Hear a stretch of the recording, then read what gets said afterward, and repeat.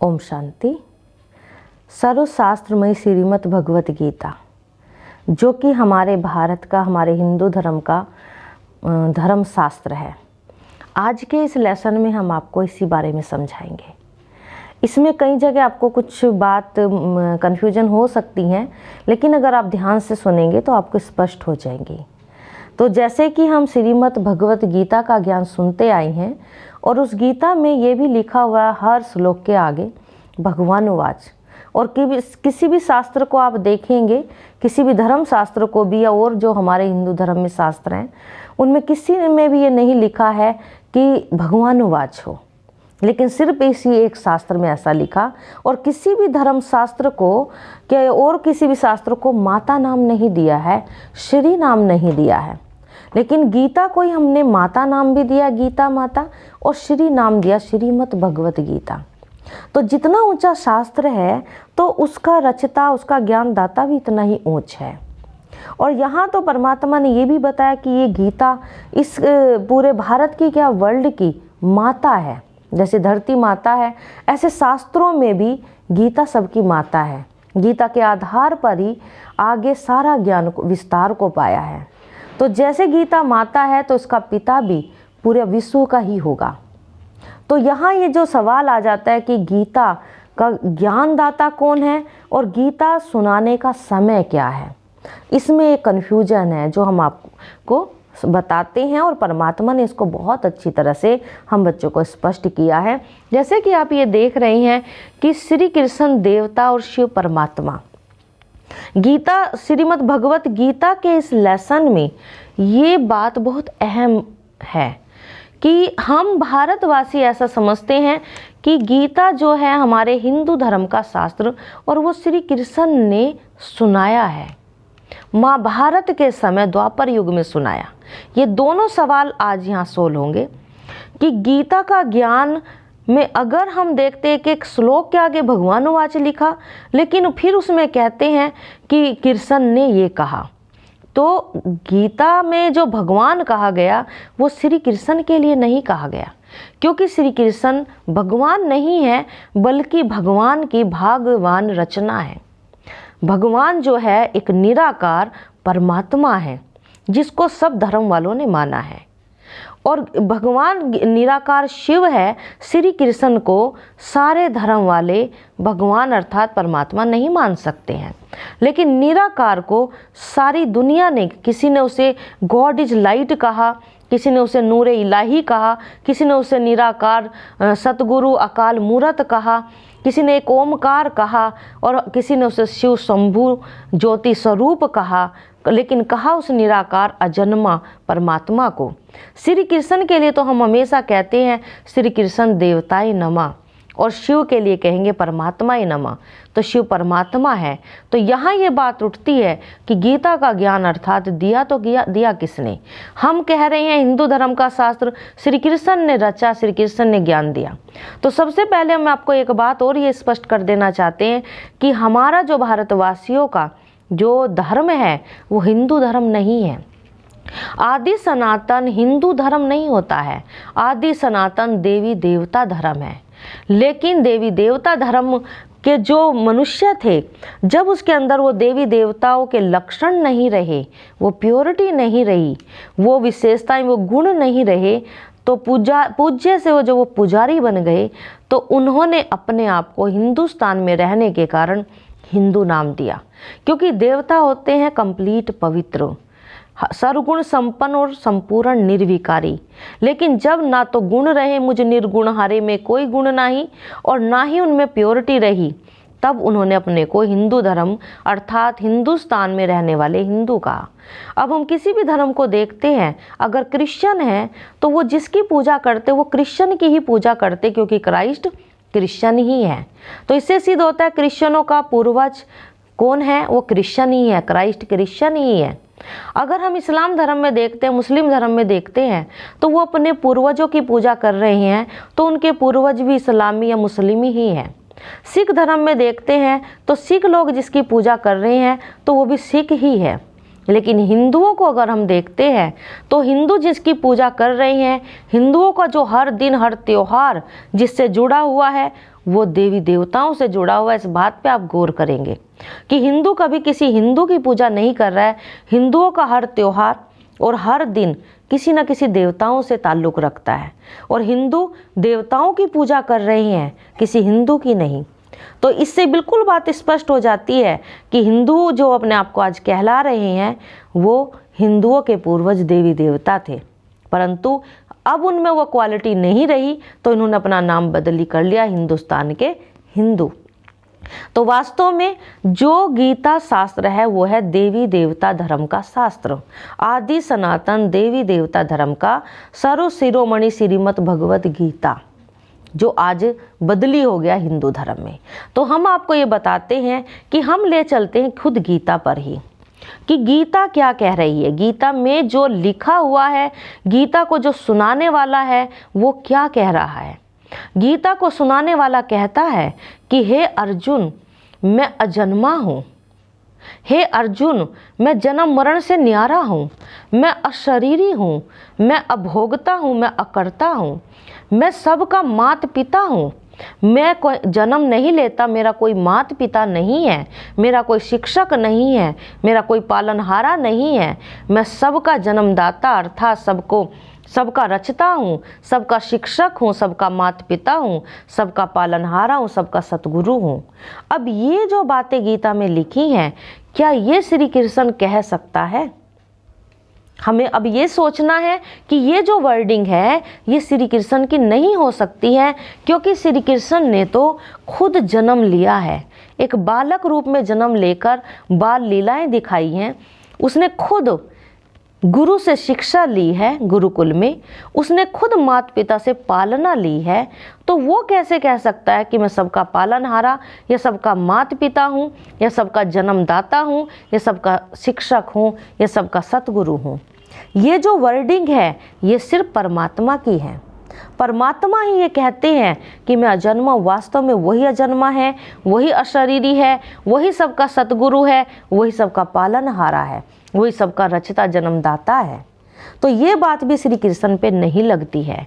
परमात्मा ने कहा, गीता में जो लिखा हुआ है, उन्होंने कहा मैं इस सृष्टि का बीज रूप हूँ। श्री कृष्ण अपने आप को बीज नहीं कह सकता है।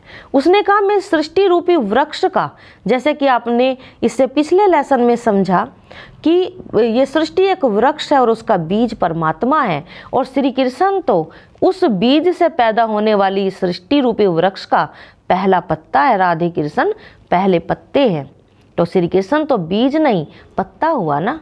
तो इस सृष्टि का जो बीज है वो निराकार परमपिता परमात्मा शिव है, ना कि श्री कृष्ण। श्री कृष्ण पत्ता है।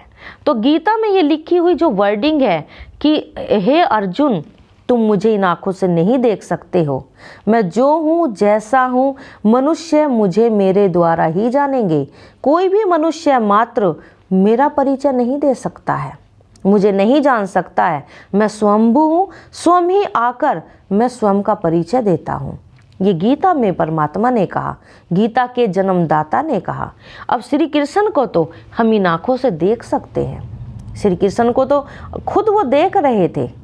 उनको जानने के लिए उन्हें खुद नहीं आना पड़ा। श्री कृष्ण को तो जन्म दिया, उसके माता पिता ने उसका परिचय दिया, उनको तो सभी जानते थे। लेकिन वो कौन है जिसको कोई नहीं जानता है, जिसको इन आँखों से नहीं देखा जा सकता कभी भी? वो तो निराकार परमात्मा ही है, वही अजन्मा है, और उसी को ही इस संसार में कोई नहीं जानता। और उसे ही देखने के लिए उसने अर्जुन को कहा, हे अर्जुन, तुम मुझे इन आँखों से चरम चक्षु से नहीं देख सकते हो, मुझे देखने के लिए तुम्हें दिव्य नेत्र चाहिए। श्री कृष्ण को तो स्पष्ट देखा जा रहा था, लेकिन परमात्मा को देखने के लिए दिव्य नेत्र चाहिए, क्योंकि वो अदृश्य शक्ति, वो दिव्य शक्ति है। इन चरम चक्षुओं से देखने वाली शक्ति वो नहीं है। तो इन बातों से सिद्ध होता है कि गीता का जो ज्ञान दिया वो परमात्मा शिव ने दिया है, श्री कृष्ण ने नहीं दिया। परमात्मा इस सृष्टि का पिता है, और उनसे जो ज्ञान मिला, उसने जो भगवानुवाच हुआ, भगवान ने जो ज्ञान सुनाया, वाच किया, उस वाच को नाम दिया गया गीता। श्री श्री परमात्मा और उनका जो वाच है वो श्रीमद् भगवत गीता। और इस गीता से श्री कृष्ण की आत्मा को वो पद प्राप्त हुआ, अर्थात उस आत्मा ने पूर्व जन्म में उस ज्ञान को इतना धारण किया, इतना ग्रहण किया कि उसे इस ज्ञान के द्वारा इस ऊंचे पद की प्राप्ति हुई। इसलिए उसके नाम के आगे लगाते श्री कृष्ण, और इसलिए कहा गीता को माता। तो गीता माता अर्थात सबको देव पद की प्राप्ति कराने वाला। तो देव पद की प्राप्ति कराने के लिए खुद देवता नहीं बल्कि परमात्मा पिता चाहिए। तो परमात्मा हम सब आत्माओं के पिता हैं, और गीता जो है उसका जो वाच है उसके द्वारा ही मनुष्य को देव पद की प्राप्ति होती है, जो श्री कृष्ण को भी ये देव पद की प्राप्ति हुई। तो इसलिए परमात्मा ने जो ज्ञान दिया वो है श्रीमद् भगवत गीता ज्ञान, जिस ज्ञान से ही मनुष्य आत्मा को गति और सद्गति की प्राप्ति होती है। तो परमात्मा निराकार शिव, तो परमात्मा ने जो ज्ञान दिया उस ज्ञान को हमने गीता नाम दिया। तो हमने क्या किया, भारतवासियों ने गीता और महाभारत को एक बना दिया, जबकि गीता है भगवानुवाच, और वो भगवानुवाच किस समय दिया गया, वो समय था महाभारत का समय। महाभारत अर्थात वर्ल्ड वार, विश्व युद्ध। तो वो विश्व युद्ध का जो समय चल रहा था वो द्वापर युग का नहीं था। द्वापर युग में कोई भी विश्व युद्ध इस प्रकार का नहीं हुआ। वहाँ से तो दुनिया में थोड़ी गिरावट शुरू ही हुई थी। वहाँ कोई अधर्म, कोई पाप, कोई ऐसा कुछ समय नहीं था। लेकिन ये समय कौन सा था जब परमात्मा को आने का आवश्यकता पड़ी।